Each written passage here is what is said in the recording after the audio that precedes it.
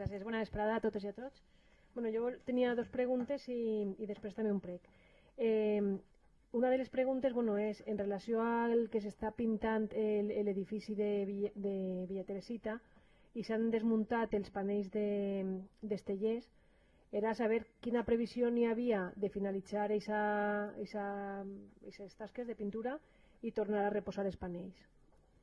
Señora Pardo, se han retirado las placas del señor Estellés y otra placa que había al lado no recuerdo ahora de qué era la placa, para pintar. Pero no se van a reponer en este edificio. No sé qué ubicación se les puede dar, pero es el edificio de Bienestar Social y es un edificio que no tiene mucho que ver con el personaje. A lo mejor encuentran ustedes un sitio más adecuado para tan ilustre personaje, pero es una persona que se dedicaba a la poesía y en Bienestar Social pues nos dedicamos a otras cosas.